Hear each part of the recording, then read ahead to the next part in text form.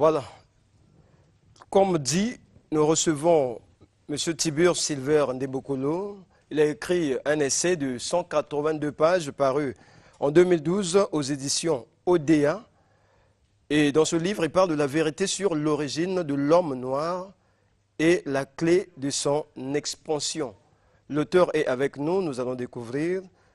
Silver Tiburce Ndebokolo est messager et représentant des Zaïniens sur Terre. Il a été formé et consacré au sein de la puissance spirituelle du Verbe. Il y a des dates qui ont marqué sa vie, à commencer par le 18 mai 2005 à Brazzaville, où il a eu un contact télépathique avec les Zaïniens. Et donc, l'ODA, ou encore l'organisation des Zaïniens, est une organisation spirituelle dimensionnelle initiatique qui existe depuis le 17 novembre 2008. Et tout a commencé donc bien avant cette date du 18 mai 2005. Il avait à peine peut-être 19 ans, le 4 avril 1996, où tout a commencé. Bonjour Tiburce. Bonjour. Vous dites que l'histoire a commencé, vous aviez à peine 19 ans, je crois. Oui. Qu'est-ce qui s'est passé le 4 avril 1996? Bon, en effet, comme tout Congolais, Oui. il est presque un Congolais et presque chrétien. Donc j'étais chrétien. Oui. J'ai prié dans l'assemblée de Branham. Mais une nuit, je dors comme ça. C'est comme dans le rêve, on est venu me prendre et on m'a amené là. À cette époque, je n'avais pas d'expression. On m'a amené en haut. Et arrivé là... On vous a emmené en esprit?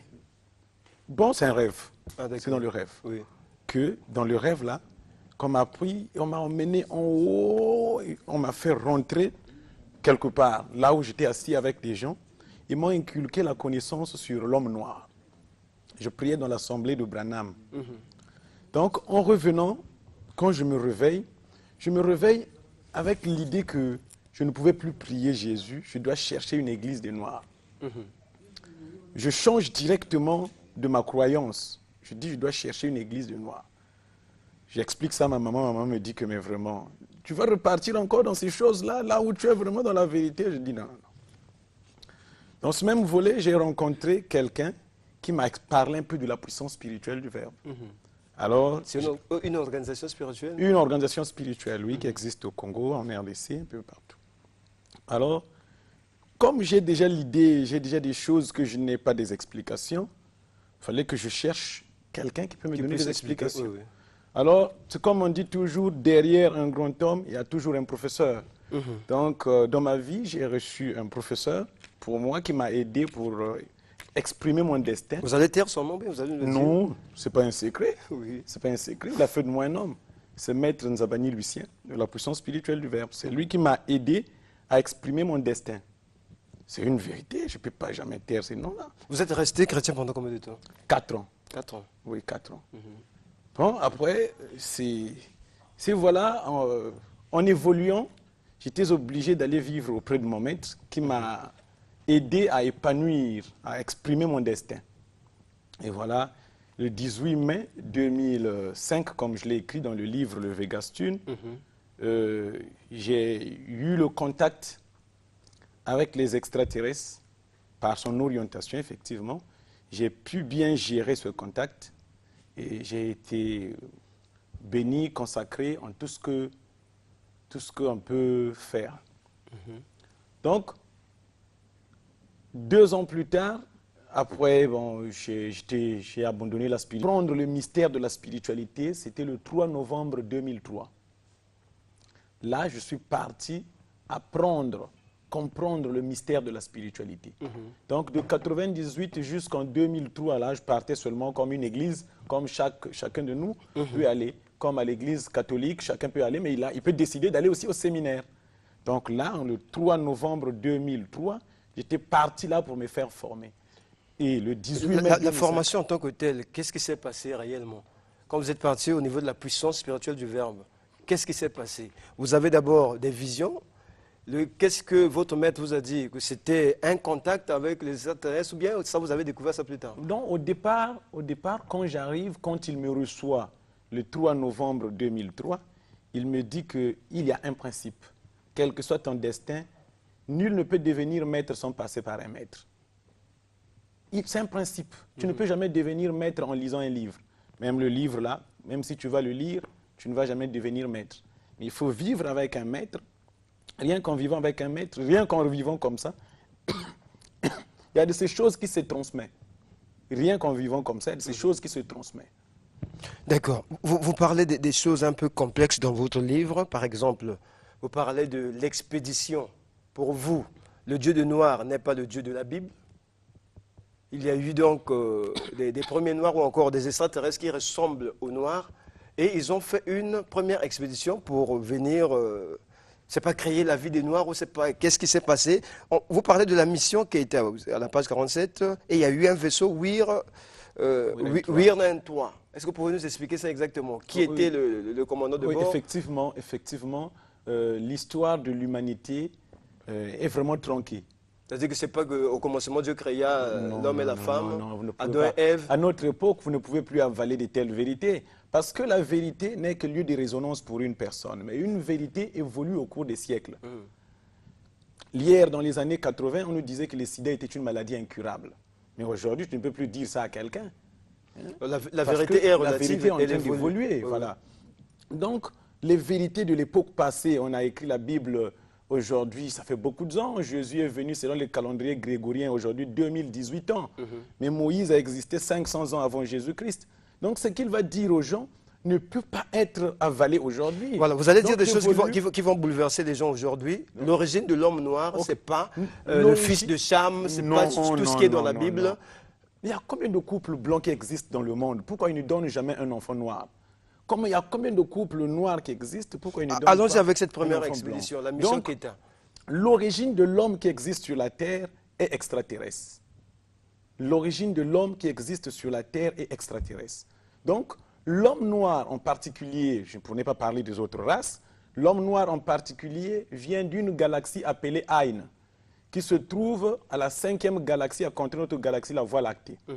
Alors, le noir est venu sur la Terre à bord d'un vaisseau cosmique appelé Weir-93. Ce vaisseau avait 60 km de long, 20 km de large et en forme de chauve-souris et 6 étages. Alors, il y avait 4 millions d'hommes à bord de ce vaisseau. Ce vaisseau est venu se stationner sur le Sahara à l'altitude de 800 mètres. Pendant 200 ans, ça a empêché les rayons solaires à traverser et c'est ça qui a fait disparaître la forêt qui était là et le cours d'eau. Le Sahara aujourd'hui devient désert. Devient désert, puisque 200 ans du stationnement d'un grand vaisseau de 60 km de long, effectivement, c'est logique que ce vaisseau-là... Ça fait combien de millions d'années déjà?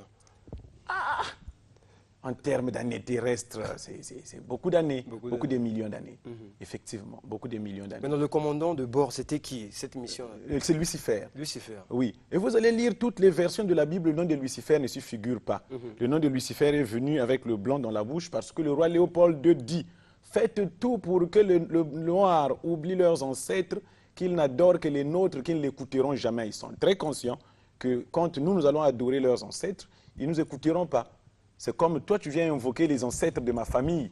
Tu n'auras pas gain de cause parce que tu n'as fait pas partie de cet alignement familial. Effectivement, comme nous, les Noirs, entre le blanc et le noir, c'est le noir qui prie beaucoup. Mais si nous n'avons pas de solution, c'est tout simplement le canal emprunté ne nous convient pas. Donc, vous dites aujourd'hui, haut et fort, devant les téléspectateurs que nous suivent aujourd'hui, que Lucifer est l'ancêtre des Noirs. Effectivement. C'est vrai que ce nom est diabolisé. C'est vrai que ce nom est diabolisé. C'est comme moi qui veux s'arranger, te séparer avec ta famille. Je veux parler mal de ta famille pour que tu aies peur et qu'entre-temps, moi, j'ai gagné d'un point. Donc, c'est ce qui s'est passé envers les Noirs. Est-ce que Lucifer, c'est Satan également? Non, ça n'a rien à voir. Rien à voir avec Satan? Ça n'a rien à voir. Lucifer, en effet, aujourd'hui, je vois beaucoup de religions. Oh non, c'est les lucifériens. Oh, c'est Lucifer. Aujourd'hui, même si tu pries Lucifer, tu n'auras jamais gain de cause, il ne t'entendra pas. Parce que par rapport à la distance de là où il se trouve aujourd'hui, c'est impossible qu'ils puissent te... Donc, ils arrivent avec leur vaisseau. Qu'est-ce qu'ils font exactement? Ils laissent quelques Noirs ici? Voilà. Donc, stationnés sur le Sahara, ils ont fait 200 ans et ils ont commencé à se multiplier. Alors, venant trop nombreux sur la terre, les autres races se sont dit que ce peuple-là va nous envahir. Alors, ils ont déclenché une guerre et Lucifer était obligé de repartir. Mais les enfants qui ont pris naissance sur la terre sont obligés de rester. Et voilà comment les Noirs sont restés sur la terre. Et aujourd'hui, nous avons fait beaucoup de ans, on ne parlait jamais des anges noirs. Et aujourd'hui, les anges noirs existent bel et bien. voilà que j'ai été en contact avec eux. C'est une vérité, effectivement. C'est votre vérité. Oui, mais la vérité, chaque révolution commence par une seule personne. C'est une personne là qui sera comme le canal, passe cette vérité et il va le diffuser aux autres. Les autres vont l'examiner. Avant d'accepter quelque chose, ils doivent aussi l'examiner. Sur les extraterrestres, vous rejoignez pratiquement la théorie des Raéliens qui disent également que la vie sur Terre, ce sont des extraterrestres qui sont arrivés et qui ont formé l'homme à l'aide. Ils sont venus avec des laboratoires, ils ont formé l'homme sur Terre. La vérité est universelle aussi. C'est-à-dire, mais parfois, l'autre, quand il le donne, il manque quelques points pour que ça soit mature, cette vérité-là. Ce que Raël dit, c'est bien vrai. Il n'est pas le seul aussi à le dire. Ouais. Il y a aussi les autres que peut-être nous ne connaissons pas, qui ont déjà dit ça aussi. Votre livre est préfacé par un certain, je ne sais pas comment vous prononcez ça, Yezel. Est-ce que c'est un humain? Oui, bon, c'est son nom qu'il a codé comme ça. Oui, et je peux lire rapidement, il dit « L'évolution d'un peuple dépend de l'excellence des relations qu'il entretient avec ses hiérarchies cosmiques, celles qui apportent le plus sans lequel votre talent ne vous ouvre pas de porte et sans lequel votre réussite se désagrège jour après jour. Le monde évolue très vite. Le peuple noir reste toujours à la même place. Hier esclave, aujourd'hui consommateur des biens et des services. Il est dans l'attente de l'émergence annoncée pour l'an 2025. Cet ouvrage étonnant est une proposition honnête, simple et efficace, car éprouvée, qui permettra au peuple noir de présenter enfin à l'humanité les fruits de son savoir égaré et fécond. Oh oui. Ce savoir-là existait bien avant. Oh oui, c'est-à-dire que le noir est intelligent, Oui. mais nous voyons les gens aller étudier en Europe, déclarer qu'il est majeur de la promotion là-bas. Donc ça veut dire que nous sommes intelligents. Mais il manque quelque chose au noir, un secret, c'est l'inspiration. Donc le 10% de la caution intellectuelle, nous croyons et nous fouillons même dans l'histoire, nous savons qu'il y a eu des savants dans ce monde qui n'ont jamais été intelligents à l'école, mais ils ont inventé. C'est tout simplement qu'il a été inspiré. Alors ce qui manque au noir, c'est ça. C'est-à-dire, le noir cherche à rentrer en contact avec des esprits des parents défunts, qui n'ont jamais connu peut-être des formules mathématiques. Avez-vous déjà vu quelqu'un rentrer en transe qui a proposé des formules mathématiques? Ou il rentre en transe dans sa vision, un véhicule est en panne dans sa vision, il dit que c'est telle pièce qui est foutue. Lorsque vous êtes en transe, ça veut dire que vous cherchez des solutions au problème du moment. Et le problème du moment, c'est quoi? C'est le mariage, c'est la faim, etc. Mais voilà, effectivement, c'est là où nous égarons notre spiritualité.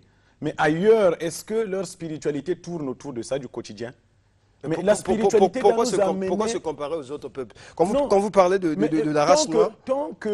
Tant qu'on ne cherche pas à faire évoluer l'humanité, on ne peut pas avancer. Tant que nos problèmes, tant que notre vision tourne seulement au quotidien, c'est-à-dire que trouver de l'emploi, trouver le mariage, ceci, ça ne peut pas faire avancer l'humanité. Ce qui fera avancer l'humanité, c'est quoi? C'est la matière grise. Voilà, notre spiritualité doit tourner autour des inspirations, des données scientifiques, des données linguistiques.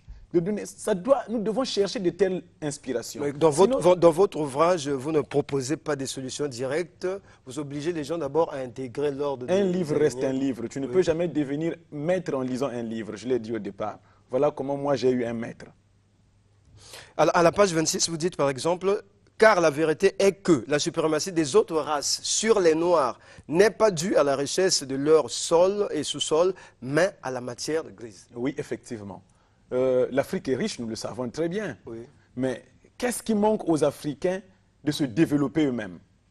Ce n'est pas les cadres qui nous manquent. Ce n'est pas les moyens qui nous manquent. Mais qu'est-ce qui manque aux Africains de se développer eux-mêmes? C'est ça, effectivement, le contact avec une divinité plus intelligente que nous. Parce que la spiritualité de Noir tourne seulement autour des parents défunts. Est-ce que c'est ce que les autres races ont fait? Oui. Quand vous voyez qu'ils sont en contact avec les Gabriel, que nous savions très bien que Gabriel, c'est un être venu d'autre planète, parce que c'est un ange. Un ange, c'est un être venu du ciel. Le ciel, c'est le vide qui sépare une planète à une autre. Donc, du coup, il vient d'une autre planète, puisque le ciel n'est qu'un vide. Mais lui, il revient du ciel. Donc, si eux, ils sont intelligents, parce qu'ils sont en contact avec des êtres venus d'autres planètes qui sont plus intelligents que nous. Tel que toi, si tu es en contact avec un enfant de l'école primaire et que tu prends ton temps de l'instruire, cet enfant-là, quand il va parler devant les gens vont le trouver que c'est un enfant bien outillé et instruit parce que cet enfant côtoie une personne instruite. Alors, si les Noirs continuent toujours à croire aux parents défunts, qui n'ont jamais connu, qui n'ont jamais même été sur le banc de l'école, voilà comment nos révélations tournent seulement autour de la sorcellerie, de voir seulement ses papas qui ont été Les parents défunts jouent quel rôle? Parce que vous évoquez également les parents défunts, vous dites que le culte des ancêtres sur les parents défunts, ce sont des esprits, souvent qui n'ont pas trouvé le chemin. Et ce sont ces esprits errants qui viennent hanter, qui veulent en fait continuer à vivre dans nos vies. Effectivement. Vous voulez dire que par exemple dans les Bizinga ou encore les cercles de culte, les esprits qui parlent, ce ne sont pas ces extraterrestres-là? Non. Si un milieu de culte est en contact avec des extraterrestres, ils auront des connaissances universelles et hors commun. Ils vont révéler quelque chose de nouveau à l'humanité. Et ce que nos prophètes révèlent là, c'est pas, ça vient de quel esprit? Qu'est-ce qu'on nous révèle? Je veux voir qu'est-ce qu'on nous révèle. Parce que quand je tourne même autour de tout ce qu'on nous présente comme prophète noir, je n'ai jamais entendu une philosophie vraiment imposante, un message consistant qu'on me présente, que voilà, par exemple Simon Kimbangu, tel message, tel. Oui, Simon Kimbangu a annoncé par exemple qu'un jour le noir deviendra blanc, le blanc deviendra noir. Je ne sais pas ce que ça veut dire exactement. Je ne sais pas ce que ça veut dire exactement, si c'est fondé, mais ça, ce n'est pas un message. C'est une vision. Mais ce n'est pas un message. Un message, c'est toute une chronologie, une démarche de l'enseignement.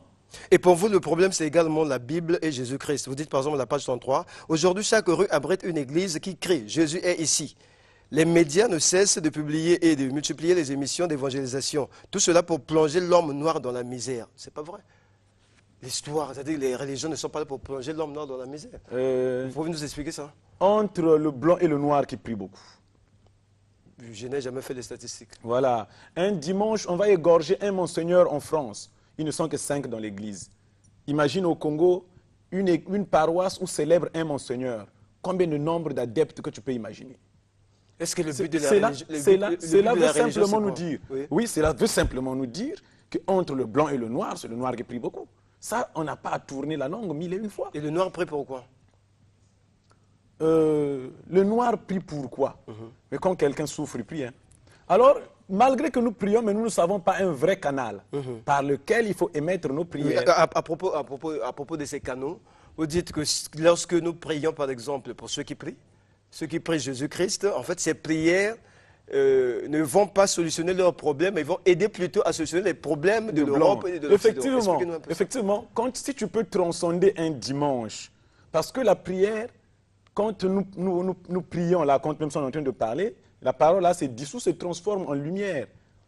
Alors, quand nous prions, nous produisons de l'énergie.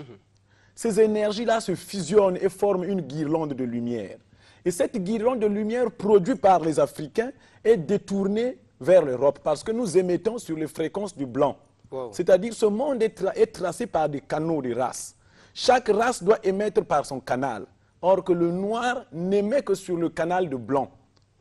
Alors toutes ces énergies-là convergées vont vers l'Europe et voilà comment tu vois le blanc. Comprends qu'il y a des gens qui prient pour eux. Bon, pourquoi lui il va encore prier? Le jour où tout le noir va déclarer l'indépendance spirituelle, c'est-à-dire comme nous avons demandé l'indépendance politique, de nous gouverner nous-mêmes, et que si nous demandons l'indépendance spirituelle, vous allez voir beaucoup de blancs repartir à l'église aller prier. Parce que c'est nous qui leur ravitaillons en énergie. C'est-à-dire que ça c'est votre lecture ou bien ce sont les Aïniens Non, qui mais ont... effectivement, il suffit seulement de transcender, tu vas voir ce que je te dis. C'est un pillage, nous déclarons le pillage des biens que nous avons, du trésor que nous avons, qu'on est en train de subir. Mais il y a le pire pillage qui existe, c'est celui de détournement des énergies spirituelles des Africains au profit du blanc. C'est vraiment pire, je vous assure. Le jour où tu vas vivre, ça c'est catastrophique. Donc les anges noirs, par exemple, si on prend le cas des Juifs, par exemple, ils ont reçu Jésus, mais ils n'ont jamais accepté le message de Jésus. Aujourd'hui, ils continuent à prier. Est-ce que cela empêche l'Israël, par exemple, aujourd'hui d'avancer ou le peuple juif d'avancer? Ils ont leur canal à eux. Chaque race, regardez, nous sommes au Congo. Mais la République est scindée en départements. Et chaque département a un représentant du chef de l'État. Donc, le problème du département, ça commence par les chefs du quartier, chef du village, le sous-préfet au département, au préfet, et du préfet au ministre, au chef de l'État. Mais il est là pour toute la République. C'est comme Dieu, il est là au centre, comme nous pouvons l'imaginer. Quoi qu'il en soit, bien qu'il ait énergie. Donc, à propos des canaux, les Noirs devraient prier qui? Aujourd'hui, nous avons un canal qui est les Aïniens, qui sont les ancêtres des Noirs, c'est-à-dire que les anges noirs. C'est par là que nous pouvons passer nos prières. Et pour entrer en contact avec eux, qu'est-ce qu'on doit faire? Il y a l'ordre des Aïniens qui est là. D'abord, individuellement, ce n'est pas possible. Chaque chose doit être connectée. Tu ne peux pas être chez toi à la maison, tu achètes un téléphone sans SIM et tu vas appeler. Il faut toujours être connecté par le réseau que tu veux, l'opérateur. Dans votre ouvrage, vous ne parlez pas de l'Égypte antique et pourtant on dit que l'Égypte était noire. Mais nulle part vous avez mentionné Bon, on sait que l'homme noir aime se consoler, c'est vrai. Ah bon? Sinon, on ne perd jamais une science, sinon on allait perdre la sorcellerie. La technologie de l'Égypte, imaginez, s'il s'agit de quelle technologie? Si réellement c'est les Noirs qui détenaient cette connaissance et qui manipulaient cette connaissance, et que les Noirs vont seulement initier les Blancs, on doit se poser beaucoup de questions, et que le Noir va seulement initier le Blanc, ils n'ont jamais initié un Noir. On doit se poser beaucoup de questions. Aujourd'hui également, il y a des listes des inventeurs. Jires Akono-Rantui nous avait apporté une liste ici des inventeurs noirs qui ont été carrément détournés de leur... Oui, Charles Richer dit oui. Oui. Tout ça, oui, mais ils ont eu quel canal, eux? Ce n'est pas l'ordre des Aïniens, quand même. Non. Il y a des dons innés. Chacun de nous peut avoir un don inné. Alors, ces listes des inventeurs-là, pourquoi ils ne s'expriment pas en Afrique? Généralement, c'est des gens qui ont exprimé en Amérique, en Europe et un peu partout. Mais pas en Afrique. Pourquoi ils ne s'expriment pas en Afrique? Nous avançons au terme pratiquement de notre entretien aujourd'hui. Mais à la page 67, il y a quelque chose qui bouleverse quand même. Vous dites, à notre connaissance, l'homme noir n'a jamais connu Dieu créateur, origine de tout. Il est déconnecté avec les énergies créatrices et sa source pure, les anges. L'homme noir n'a jamais connu Dieu créateur. Oui. Oui, c'est vrai. C'est vrai que les gens aiment se consoler. Parce qu'il y a eu rupture. S'il y a rupture, ça veut dire qu'il y a eu contact au départ, comment? Oui, mais c'est les anges-là qui nous ont amenés sur la Terre. Ils sont repartis.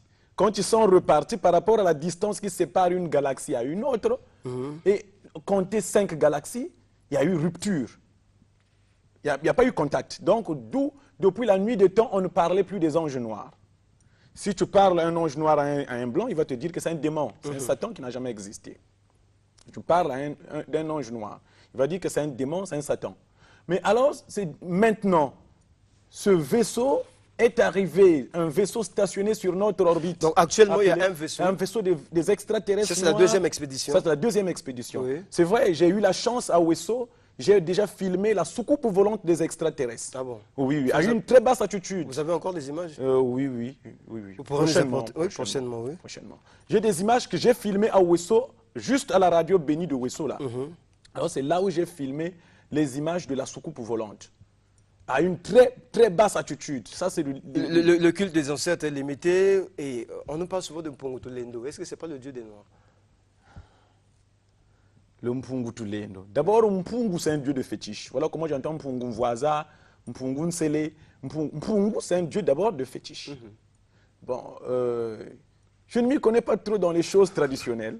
Mais sinon, Mpungu... Ça devait commencer quand même par là, par la tradition de chez toi d'abord. Comment vous allez expliquer Je n'ai pas fait de la recherche, mais j'ai été inspiré. Celui qui doit commencer par là, c'est celui qui a fait de la recherche. Moi, j'ai reçu directement des contacts et j'ai reçu une connaissance qui s'est stabilisée dans ma tête. Donc, je n'ai pas fait de recherche, de fouilles pour aller voir un tel a dit quoi, un tel a dit quoi, non. Oui. D'accord. Donc, l'ordre des Aïniens, aujourd'hui, à Brazzaville, où est-ce qu'on peut vous contacter? L'ordre des Aïniens, nous sommes à Betou, nous sommes à Infondo, nous sommes à Ouesso, à Liwesso, nous sommes à À Brazzaville, à Mayanga, à Moussoso. Nous sommes à la mairie de Mfilou, vers la mairie de Mfilou.